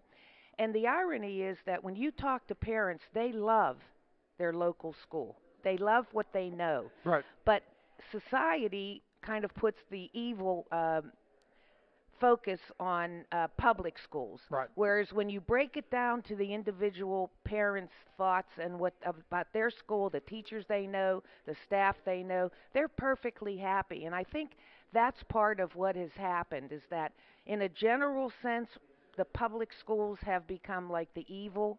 It's kind of like Congress. Congress has got an approval rating of about somewhere around herpes. But yet you talk to people that my congressman is great, yes, but the institution is horrible. Well, that's what I'm saying, and that came across with the vouchers, but and you need to educate the folks. But again, back to your original question, there are districts that I work with that really are interested in the union. They see that as a partnership, and I wouldn't want to broad brush too much, just to be fair. Well, the reason I brought it up is because again, as a parent of 3 children in public school. We love the teachers. They come, they do their job. They're caring. They're good people. Absolutely. Is it a political question? Because I've yet to find many people who say, those are horrible teachers. They're evil. When they know them. Right. But even still, I mean, I've yet to find someone who says, they were just these teachers terrible. are horrible. It seems to be a political construct. That when you start talking about politics, then you start saying, yes, it's those teachers who want health care and they want pensions, and they want reasonable wages, and they want some say in their working conditions. Somehow now that makes you evil. Right. And that's what has probably changed over my career, is that now that teachers are getting more of a fair wage over the years, they didn't. We had to bargain very hard since 1970 in Pennsylvania to get equity and fairness in our salaries, but I think you're right when you say as long as we were poorly paid and on the low end of the scale, we were great. And quite frankly, and I'm not going to speak specifically, but I can think of a couple of legislators that I've worked with over the years that had that same attitude, in the sense that they, as long as as long as you're in your place. Or making less than them. But as soon as now teachers... I don't know many people making less than the legislators. You'd be surprised. In some cases, and I'm talking about in the last 20 years, as teachers' salaries really started to accelerate a little faster than they had been, then we became the evil person again, and the legislation and all of that kind of stuff would Yeah, indicate I have a friend. that. I have a friend. She's a retired teacher, and she says, back in the old days when we were reliant on little Johnny or Susie to bring us an apple for lunch because we were so poorly paid, everyone loved us. As soon as we said, we're tired of apples, we'd maybe like a pear. That's when you're getting a little uppity. Yeah. Because you have to wonder. It is teaching is, and you can disagree with me if you want, but it's predominantly a female profession.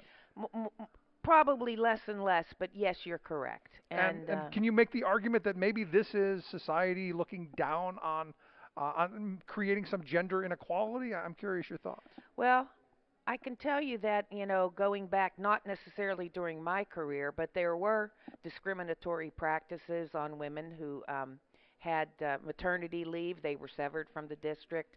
That has changed, those kinds of things.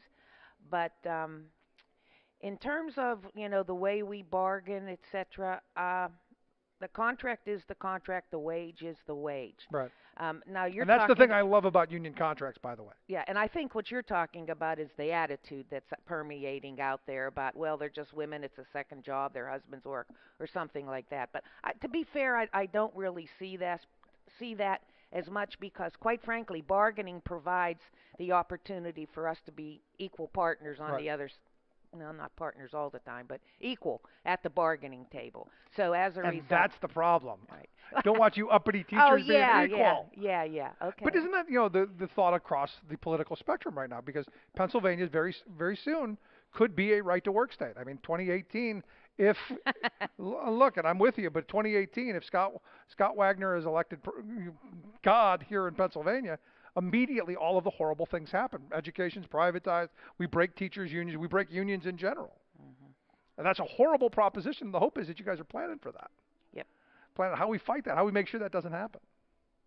Well, obviously we are working to make sure that doesn't happen, and getting advocacy, with our members and getting our members more and more involved in member engagement is a big component of our program right now.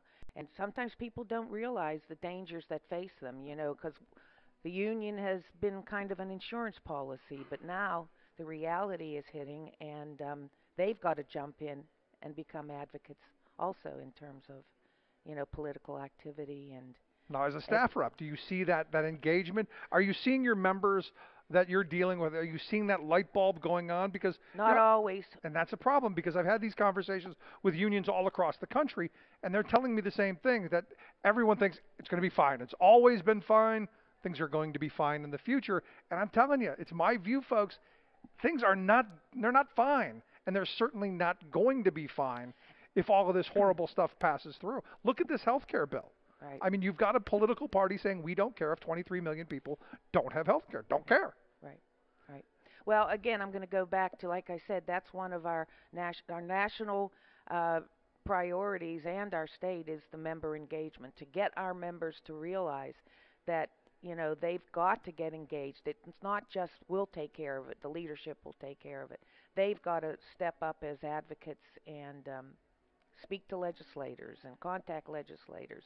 And, we saw a little bit of that at the last, when the House passed nationally the health care bill, is we saw all the pushback at a lot of the congressmen and a lot of the their meetings.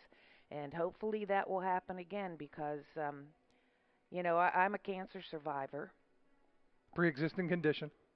It's just I shake my head. Even as active as I am in my work and my world in a union, etc., I shake my head and I can't believe what's happening here. I just can't believe it.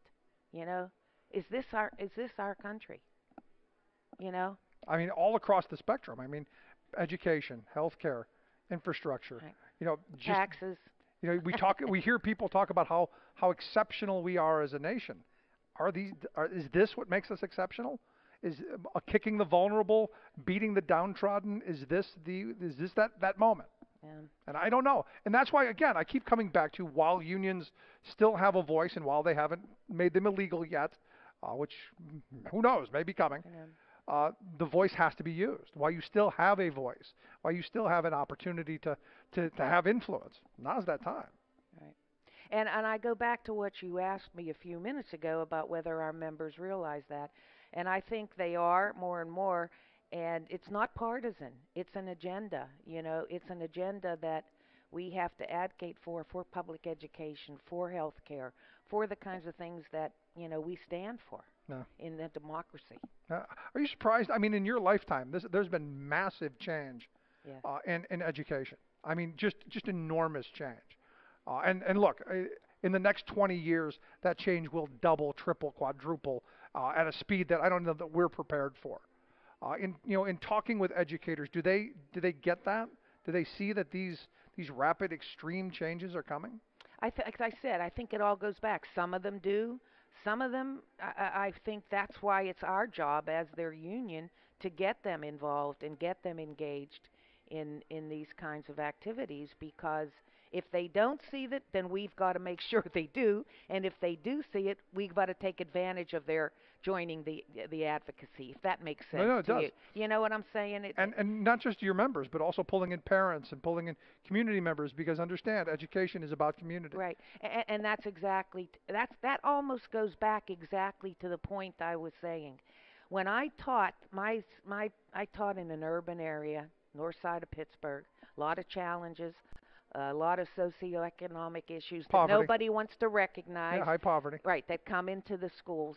And the community and the parents that I worked with that the kids had, they knew me, and they knew most of our teachers were advocating for them, cared about them. And I'm not talking about fringes. I'm talking about the general basics. Yeah. Breakfast. And exactly. And so now that importance of that community, to have those folks buy into it, is what makes them become advocates for public education and for what's happening to their kids. Yep. And that reach now, as part of our program for the AFT, is to reach further into the community, to community organizations, to make those bonds, to make those connections, so that we have the whole community advocating for the schools and the programs, etc. Yeah, the church of education, if you will. Mm-hmm. You make it almost like the church being the center of the community.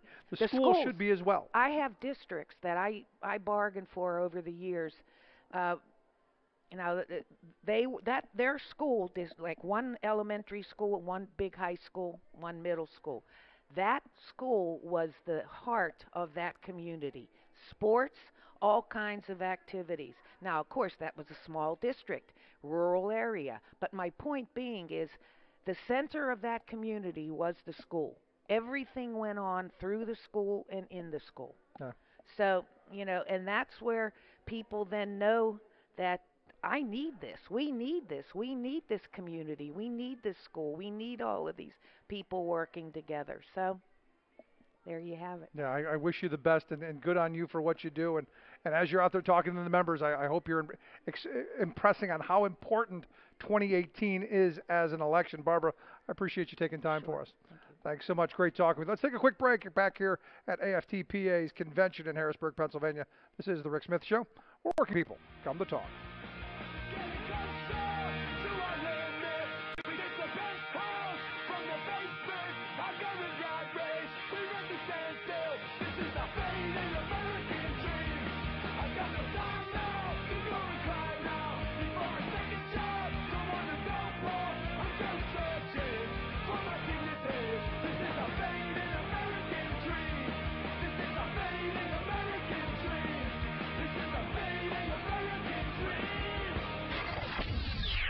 You're listening to The Rick Smith Show.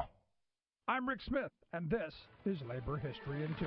On this day in labor history, the year was 1947. That was the day that many labor historians mark as the beginning of a long decline of the U.S. labor movement. The United States Congress passed the Taft-Hartley Act. The bill was named after Republican Senator Robert A. Taft from Ohio. The son of President William Howard Taft, the senator had been a staunch opponent of President Roosevelt's New Deal policies. He continued his anti-working class efforts with a new bill aimed to curb the power of unions. He found an ally in Representative Fred Hartley, a Republican congressman from New Jersey. After World War II, a wave of strikes washed over the nation. Most labor unions had agreed not to go on strike during the war, but frustrations over wages and working conditions mounted. In the years after the conflict ended, 5 million workers walked the picket lines. 1 in 4 private sector workers was a union member. Labor was on the march. The congressional Republicans passed the Taft-Hartley Act in response. The bill ushered in limits on the right to strike. It also began the era of so-called right to work, allowing states to pass laws making it more difficult for unions to collect dues and represent workers.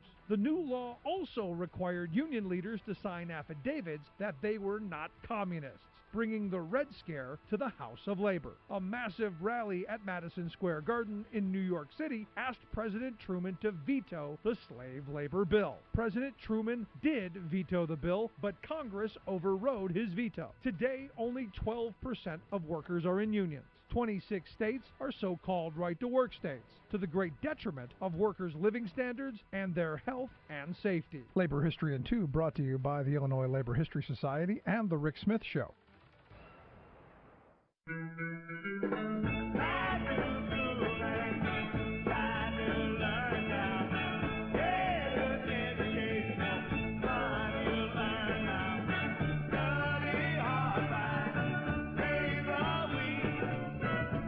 Yes, a little Bo Diddley in the house. Welcome back to the Rick Smith Show here in Harrisburg. The AFT, the American Federation of Teachers, Pennsylvania convention. Back to school, although summertime, good for them, but still out trying to educate their members, educate us as a community. I'm sitting here with Walter Mikowski. He's also an AFT staff rep here at the convention. Walter, thanks for taking time for us. Absolutely. Thanks for having me on, Rick. So, as I said, what brings you out to this stuff, other than being a staff rep? Other than you have to? What are you doing here?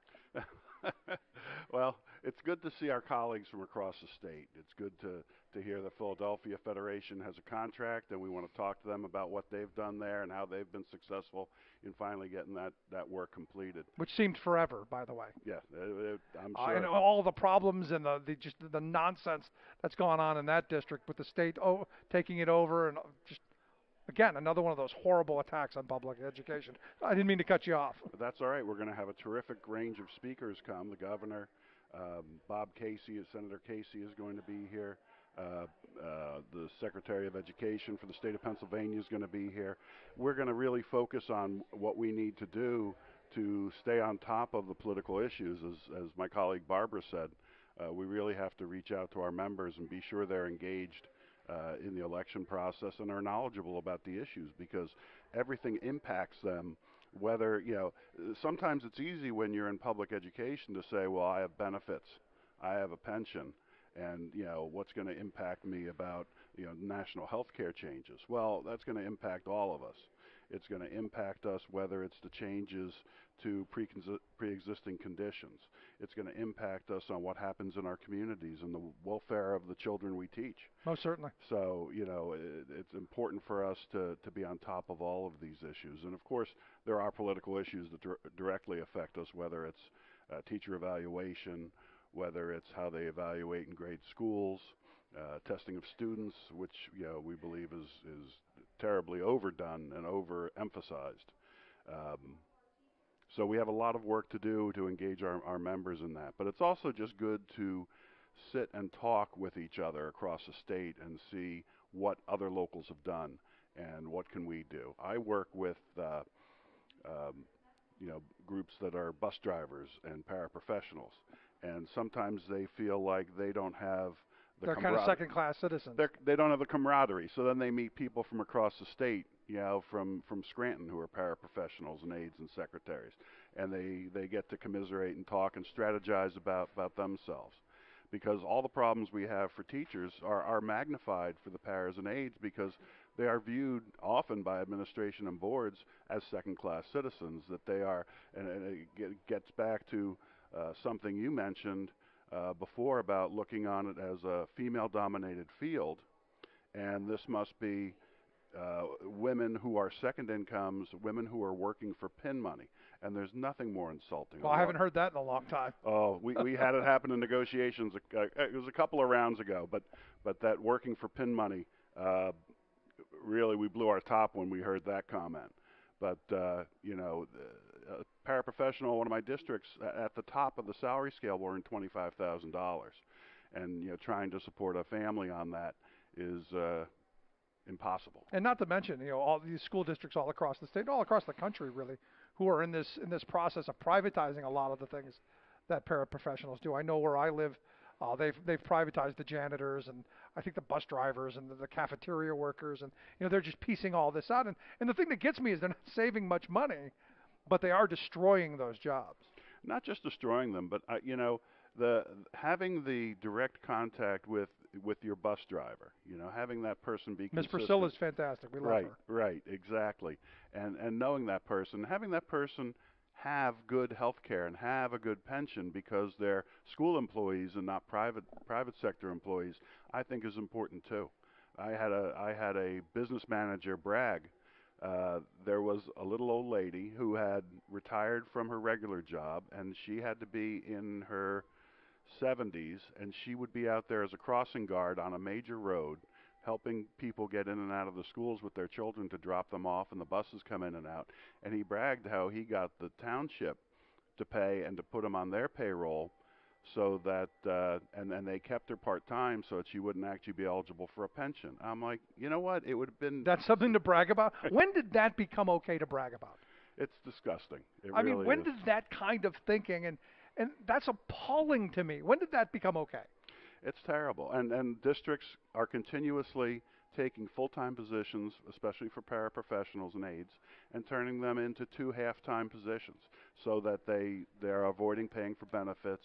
And again, the pension requirements may even be avoided. You know, I go back to, you know, out in your neck of the woods, Duquesne University is a prestigious university, you know, very well respected, expensive as all can be, as I understand. Yet the story, and I'm sure you know where I'm going with this, the story of that French adjunct professor who was like 86 years old, had been a professor there for 25 years, died without health insurance because they refused to give her benefits. And here she was, you know, have spent, you know, a mass of her working life dedicated to those students, dedicated to that university, and they cut her off like she was trash. And as a Catholic institution, you would think no more socially conscious group, right? Again, for all the people who are going to harass me about my anti-philanthropic comments, make sure you note that as well. Thanks. But you know, again, you go back to this. The reality being very simple. When did it become okay? When did all of this hooray for me and the heck with everybody else stuff, when did that become okay? I'm not sure when it became okay, but it's hit its apex now with I hope you're right. I hope this is it. Yeah, that would be nice, that we start to improve our moral stature again. Maybe we're going to get down the other side because, you know, wow. I mean, I remember Ronald Reagan. You know, literally, I grew up in a housing project on the west side of Cleveland. And the public school is where kids went in the summertime to get something of a lunch. They had hot meals every day. Maybe you remember them, I don't know. But every day you got something, like a grilled cheese sandwich or beans and wieners or something. But for a lot of those kids, it was the only hot meal they got. And one of the first things Ronald Reagan did as president was to eliminate that Johnson-era program. Because, you know, ketchup is a vegetable, I guess, now.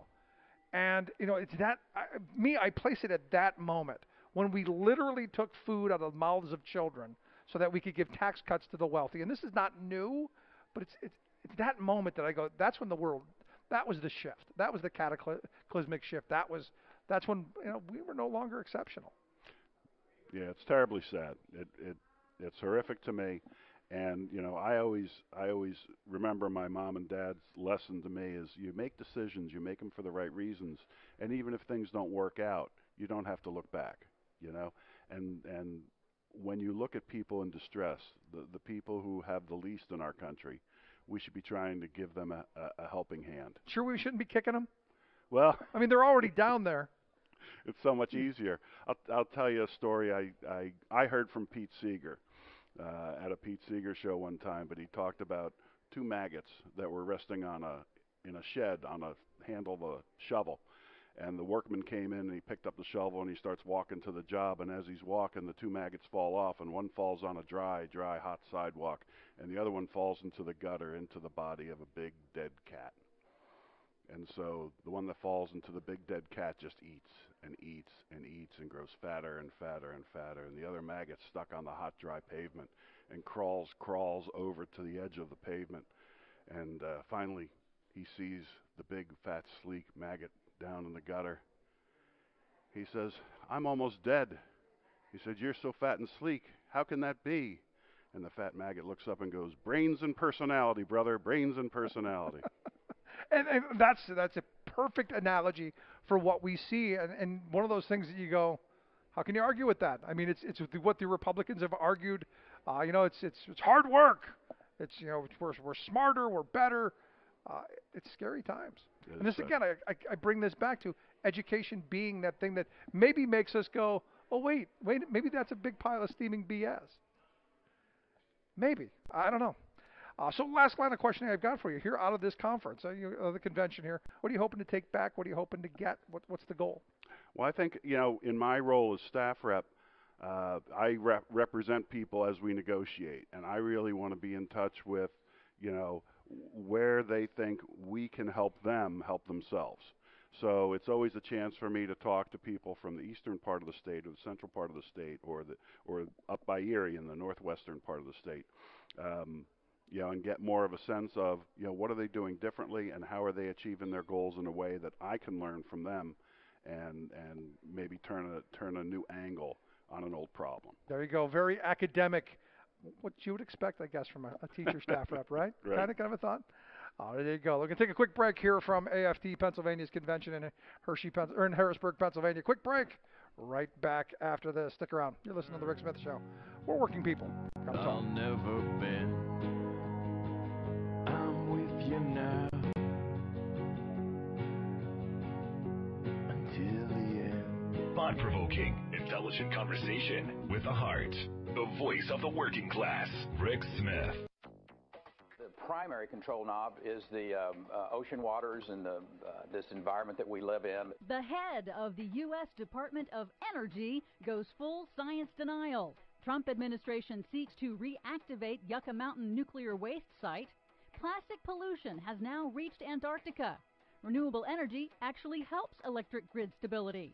Plus, British government to invest $1 billion in shift to electric cars. All of those shifts, I see what you did there, and more straight ahead. From BradBlog.com, I'm Brad Freeman. And I'm Desi Doyen. Stand by for 6 minutes of independent green news, politics, analysis, and snarky comment. There is a massive heat wave out west. Today, temperatures are expected to reach 127 degrees in Death Valley. But it's a dry death. So there's that. This is your Green News Report.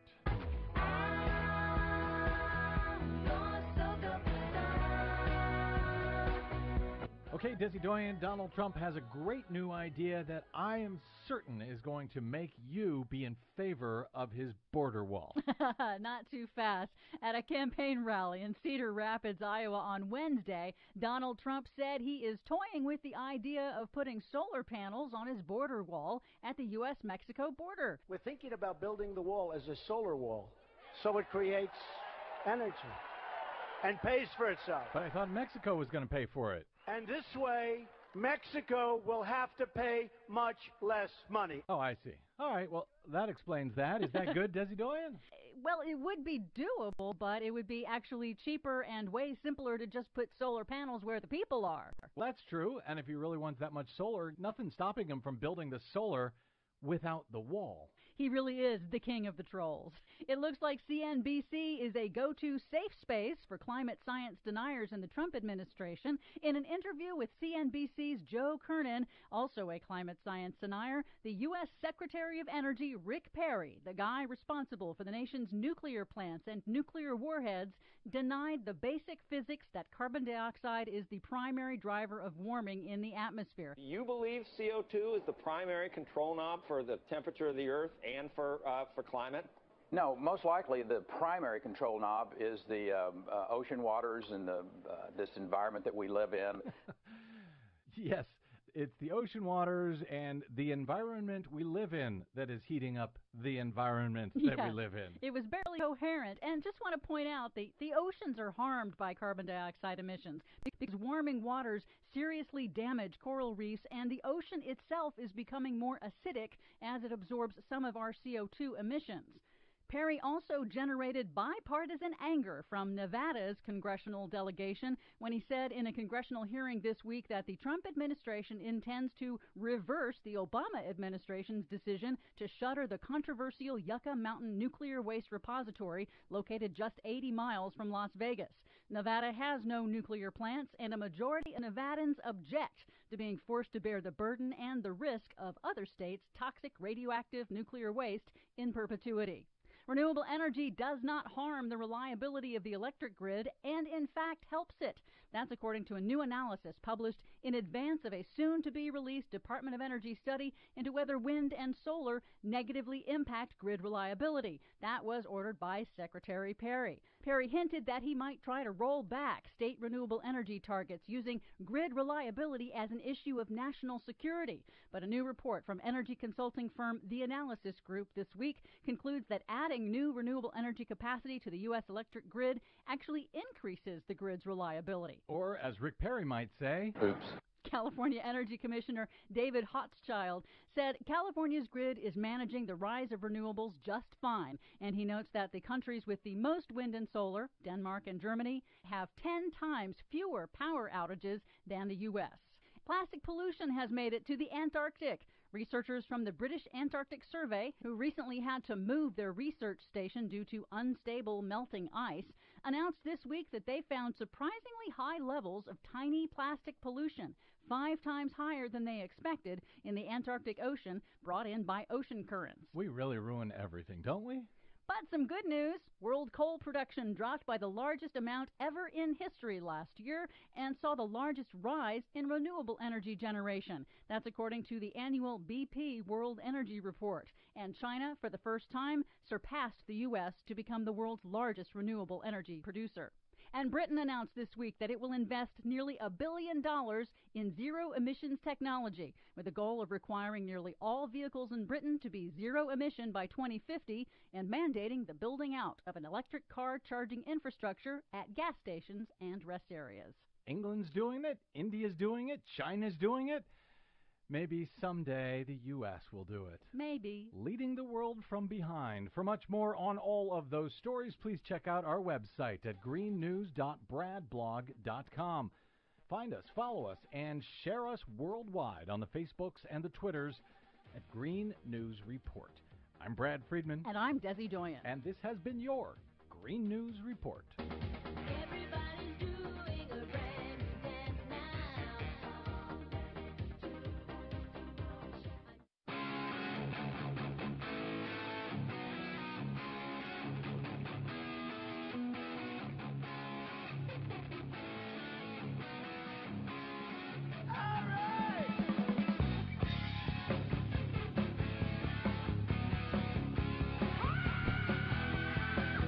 Welcome back to The Rick Smith Show.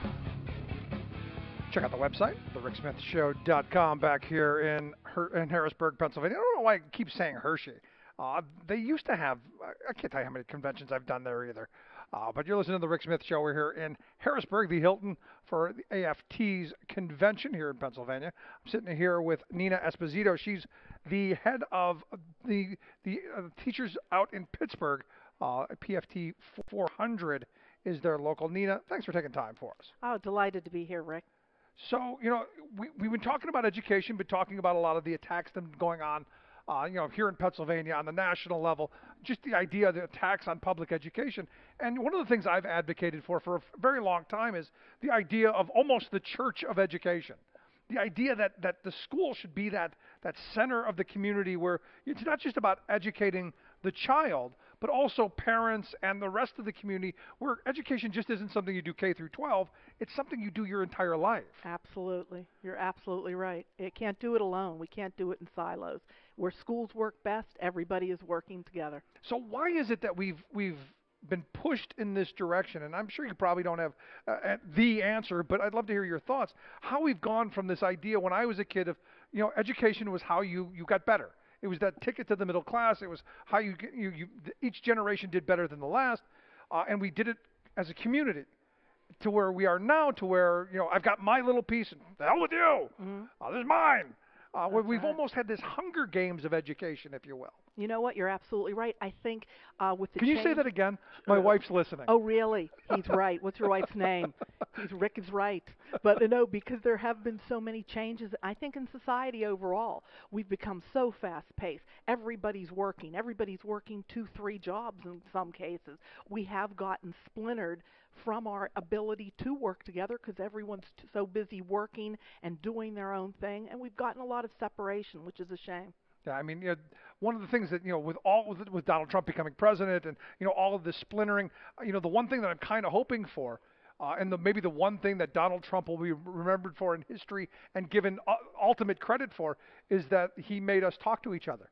That's true. That you're right. That the organizing that you're seeing people in the streets and rallies, and you're seeing marches, and you're seeing people actually talking to each other. That's very true, and supporting each other, which has been a good offshoot. People are working harder to support each other and seek out the like-minded that want to make things good.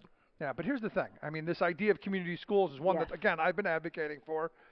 It doesn't seem like the moneyed interests are all that interested in it. Mm-hmm.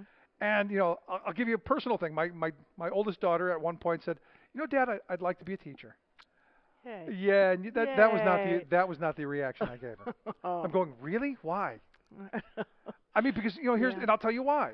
Because I look at all of these attacks, I look at all of the you're greedy and you're union thugs and overpaid and machines can do it and all of this stuff, and I go, why in God's name would you want to put yourself in the middle of that kind of a jackpot? And you know what's even sadder? My twins just graduated from high school, and one of them is going to be going into social studies education. I said the same thing. Isn't that the saddest thing you've ever heard? Wow, and you're a I know. teacher, and you're the head of the teachers. And I love it. And I love teachers, and I love what they do. But the attacks are unwarranted, they are constant, and they're getting worse, and it sucked a lot of the joy out. I've got to tell you, and that's part of the reason I'm such a big proponent of community schools. We have to bring those partnerships back. We have to bring the joy back to education because it's doing a lot of good things, but all the joy is being sucked out because everyone's focusing on trying to find the test. Oh my gosh, it's crazy. It It's is crazy. But here's the thing, and my kids have had teachers who have retired over the years, and the messages that some of them have conveyed is, look, we're tired of this, from 7:05 to 7:15 we're doing this, from 7:16 to 7:19 we're doing this. I mean, it's like factory work. It's not a profession anymore. They've deprofessionalized the art of teaching. You're absolutely right, and that's why in Pittsburgh we have so many initiatives trying to put the joy back in, trying to put the professionalism back into teaching, because we have such brilliant minds in teaching, such creative minds, and they should be able to use what they have learned. Now, other countries, the countries who do this stuff really well, you think of the Scandinavian countries who pay their teachers considerably higher than they pay them here. They sure do. They put them up on a much higher, they put them on a pedestal instead of kicking in the wall on the bottom. It seems to me that they have something there, because evidently they do much better at educating their children than we do. Absolutely. In many other schools, instead of these attacks on education, which is leading to a real teacher shortage, instead of the attacks, they exalt their teachers. Their teachers are considered real professionals, like doctors, lawyers. They train them, they pay them well, they give them the time to plan within their day and to work with each other. It's a different system that we're trying to infuse more in the United States. Do you know why we have a teacher shortage? Why? Because you told your daughters not to get into My it. son. I know, but he's doing it, and I'm supporting him. Hoo-hoo. I am. Good for him. He'll be a great teacher. But here's the thing. I mean, and that's kind of the and it's not one of those things that you thought about. It was just kind of a visceral, like. It is. You want to protect your kids. And when I said it, when my daughter said it to me, it wasn't something that I had thought about. Like, really? Why? Mm-hmm. It was like, no, because And I would think that that's part of the shortage reason. Oh, absolutely. Because there are a lot of brilliant minds and people that you would want who are creative and thoughtful and really love them. You would want them to get into it. And also you got to pay them so they can stay. But isn't it something we would want? Oh, absolutely. But when you see the attacks, my son just came up to me, "Hey, Mom, I'm not going to get the pension you did," because they just changed the pension. Yeah. The changes and the Act 82 and all the legislation you've talked about. Wow, it's a hard job. It is a hard job, and I invite anyone who thinks teaching is easy to come in and spend a few days. I invite people in all the time.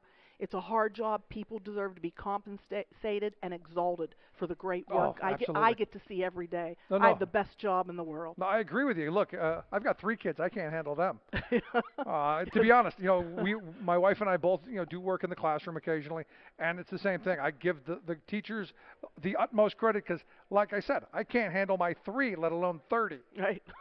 and 30 of someone else's. I mean, at least mine, I can go to your room. There are no rooms for those kids to go to. Yeah, there aren't the supports. We're working on that too in Pittsburgh, providing teachers with the supports they need. And they've been dribbled away too because of budget cuts. The Corbett budget cuts cut away paraprofessionals, supports in our schools. We're working hard to get them back in Pittsburgh, and I'm sure a lot of other districts. And that's why we're such a proponent of community-based schools. Now, Pittsburgh's an interesting area because you've got really very affluent areas, and then you have really very high poverty areas. In fact, I think the Duquesne School District, or is it Allegheny? Yes. One of them is just right there with the Westchester, right. No, Chester Upland is the really high poverty rates. How do you deal with that? Look, as you pointed out, the state's walked away from education. As I've had school board presidents tell me, education used to be funded at 50% from the state. We're down to somewhere around 30 now, as I understand. Yes. And Governor Wolf is trying. Of course he's trying. He's made it a priority. But there's and only I love so him much for he it. can do with a massive control of the legislature by Republicans. That's very true. So That's very true. Look, they're trying to do everything they can do to make him a one-term governor. Yes. Oh, absolutely. And there are going to be no educative wins for him that he can put his hat on. And you have to know that going into this next election. Because look, it's my view, and I've said this a couple of times. Governor Wolf loses in 2018. We're the joke of being Alabama. We're all Alabama. Oh, we sure are. We're all Wisconsin. We're all Alabama. You're absolutely right, which is really scary, and that's why we have to work extra hard in the election next year. So last question I've got for you, Sure. Going forward, out of this convention, what do you hope comes out of this? There's a lot of great talk. I'm very excited about this agenda. We're going to be talking about community schools as some resolutions that we see coming up. We're talking about supports for paraprofessionals, supports for early childhood, supports for career and technical education. We have so many great topics here that I can't wait to get all of our minds together to come up with some resolutions so we can all leave here together working towards similar goals. Yeah, that together. sounds fantastic. Again, back to the community school thing real Yes. quick. It sounds like a nice buzzword, but real quick, explain to me the vision. Sure. So that people walk away and go, yeah, community school. Oh, community schools like they've done in Cincinnati, Austin, so many places, and it's closed the achievement gap, is what you talked about. It's bringing everybody together. We're all decision makers, parents, administrators, teachers, to provide the supports in the schools for the kids, for the parents, so that their basic needs can be met, so they're ready to learn. So it really embraces everybody and gives them the supports they need and has the community wrapped around each and every school. So it is the hub of the neighborhood, which really is music to my ears. So in that vision, does the school close at 4 o'clock? Heck no. The school is open for classes at night, adult classes, basketball games, swimming in the gym, working together, GED courses. It really is the hub where everybody goes for the help and support they need. I can't wait. Yeah, because I got to tell you, you go to some of the public schools, and ours are the same thing. They it's like a lockdown. That's right. It's like a prison camp after right. everything's shut down. And we don't want Pittsburgh to be that way. We want everyone to have a stake in our Pittsburgh public schools as we're going to get better and better. There you go. Good stuff. Nina, I appreciate the time. Thanks so much. Thank you. It's great being here. Nina Esposito, president of the Pittsburgh Federation of Teamsters, Local 400. I'm going to make her an honorary Teamster anyway. What the hell? Quick break. Right back. Stick around. This is the Rick Smith Show.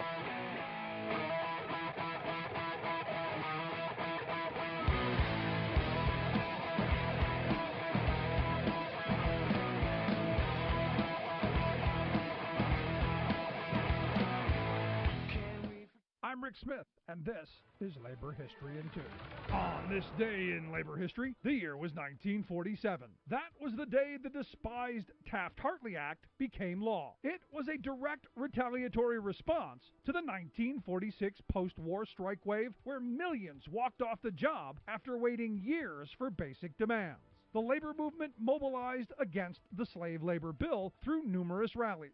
The AFL joined the CIO in threatening 24-hour strikes across whole industries in protest as the bill wound its way through Congress. 11,000 soft coal miners in Pennsylvania walked out in a spontaneous protest strike earlier in the month. The bill passed over the veto of President Harry S. Truman, who would invoke it a dozen times over the course of his presidency. Many union leaders hailed Truman as a friend of labor for his 11th hour veto. Labor Party advocates were incensed that of the 219 congressional Democrats, 126 voted in favor of the bill. Practically overnight, the labor movement had been pushed back 25 years. Taft-Hartley was nothing short of disastrous for the American labor movement. With the stroke of a pen, the act criminalized many of the actions key to historic union victories in the 30s and 40s.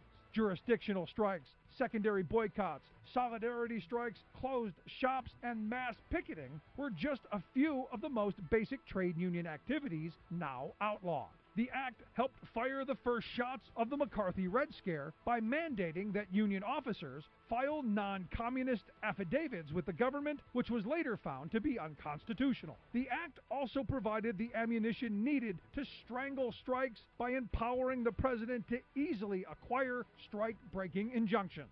And it allowed for the rapid growth of right-to-work laws at the state level. And because of Taft-Hartley, the union movement has suffered ever since. Making the blue bloods see red. The Rick Smith Show.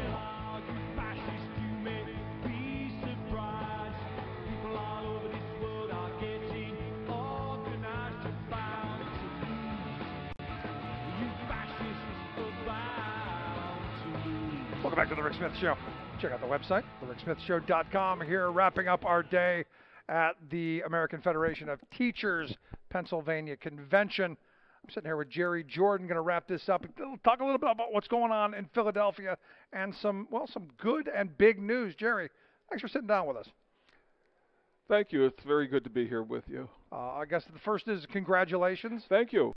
Big contract and that major step, major win. It's been a very, very long and difficult battle, but we finally settled the contract, and the PFT members ratified it overwhelmingly this past Monday evening.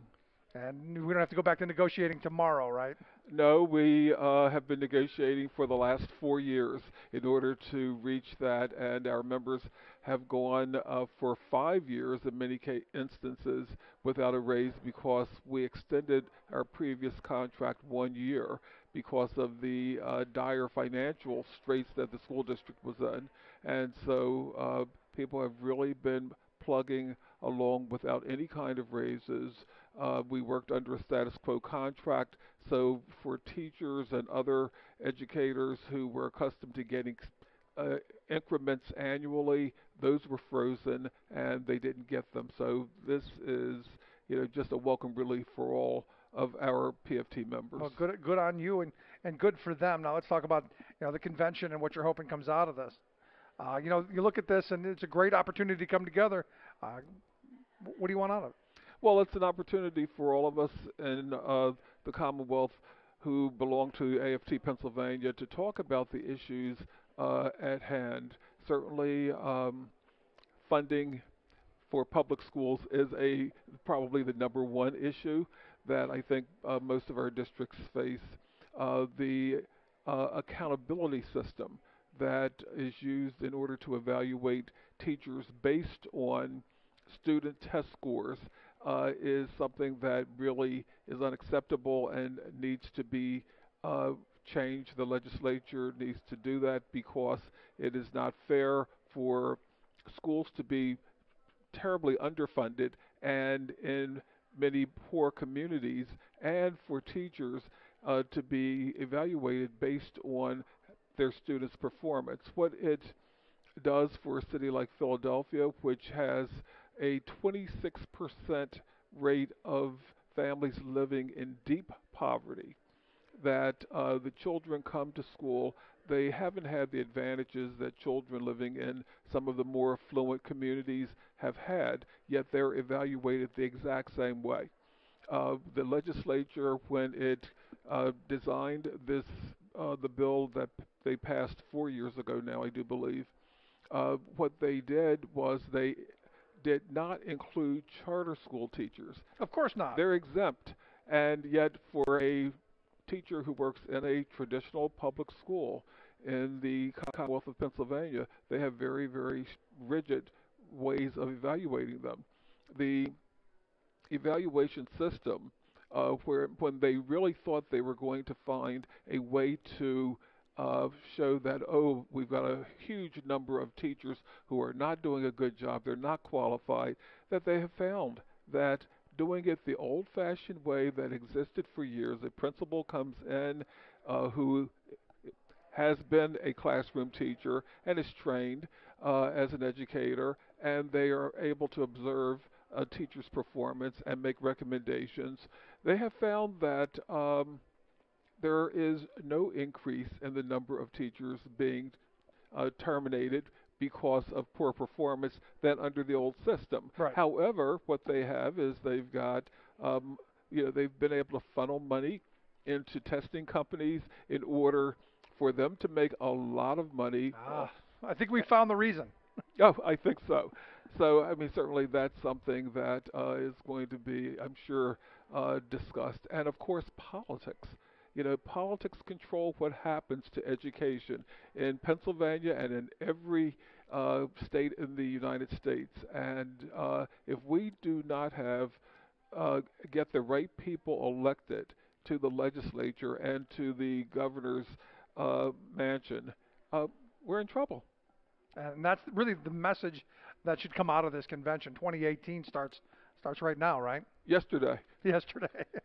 Exactly. So, in looking at all of this, because education is should be one of those things, like infrastructure, that like healthcare, like a lot of things, that politics shouldn't even be playing into it, because we all should be benefiting from it. It's something we should all be involved in, yet you look how polarized we've become, and education seems to be one of those ideological push-pulls. Yeah, it's very, very sad because, once upon a time, people did not use children as pawns. Everybody wanted America's children to get the finest education because whether you were rich or poor, it was a way for a individual to have upward mobility in society. And we know all of the stories of, we know many stories about people who started off living in poverty who became extremely successful because of our education system in this country, and now using it as a way of companies making money on the backs of children. And as states and cities like Philadelphia continue to expand the growth of charter schools that are not as accountable as the traditional public schools, that they're taking more and more of the school district's budget away, and therefore, as a result, the young people don't have the resources in their classrooms that they previously had. I said the right wing has done a masterful job of divide and conquer on the education issue, because They you're running two separate, entirely different districts and systems off of a dwindling pot. Yes, that's exactly right. Something seriously wrong. So very wrong. Absolutely. So last bit. Then what you can do out of what's the hope? What's the message coming out? And what do you want people to know? The message is going to be that we've got to make sure that we become very active in the upcoming elections, and that we, wherever we live in the Commonwealth, that we have to get our members to be as engaged as they were in the last couple of elections, and perhaps even more. We've got to get the message out so that our people understand what's going on, that the communities in which we live understand what's at stake, and we've got to just make sure that if we elect the right people, we'll be able to effectuate change in legislation. And that is the hope. I mean, like you said, the election started yesterday. Yesterday. Because at the end of the day, Scott Wagner becomes governor of Pennsylvania. We got real problems. That is so true. Jerry, I appreciate you taking time for us. Good luck here at the convention. I wish you the best. Thank you. Good to be with you. Love talking to you. Again, congratulations on the big win there and getting your members contract done. Thank you. Again, if you've missed any of today's program, thericksmithshow.com. That's where you go to get the podcast. The Rick Smith Show app on the smartphone. Take the program on the go wherever you go. And as always, you can email me, Rick, at thericksmithshow.com. Love to hear your thoughts. Again, we talked a little bit about the ACA, the AHCA, the Horrible Care Act, or as now put, the Death Care Bill. Love to hear your thoughts, Rick at thericksmithshow.com. Thanks so much. We'll see you back here on Monday.